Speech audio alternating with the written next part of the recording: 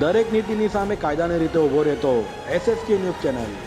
ભંગારના ધંધાના નામે ખોટા બિલો બનાવી ગેરકાયદેસર નાણાકીય વ્યવહારો કરી સરકાર પાસેથી ટેક્સ ક્રેડિટ મેળવી સરકારને નુકસાન પહોંચાડનારને ઇકોસેલે ઝડપી પાડી રિમાન્ડ મેળવ્યા હતા.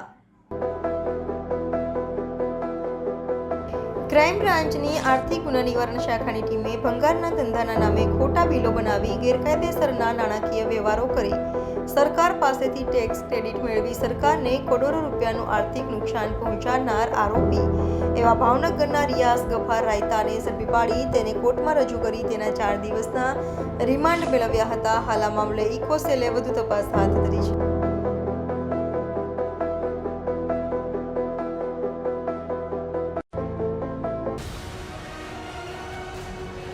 દરેક નીતિની સામે કાયદાની રીતે ઊભો રહેતો SSK ન્યૂઝ ચેનલ.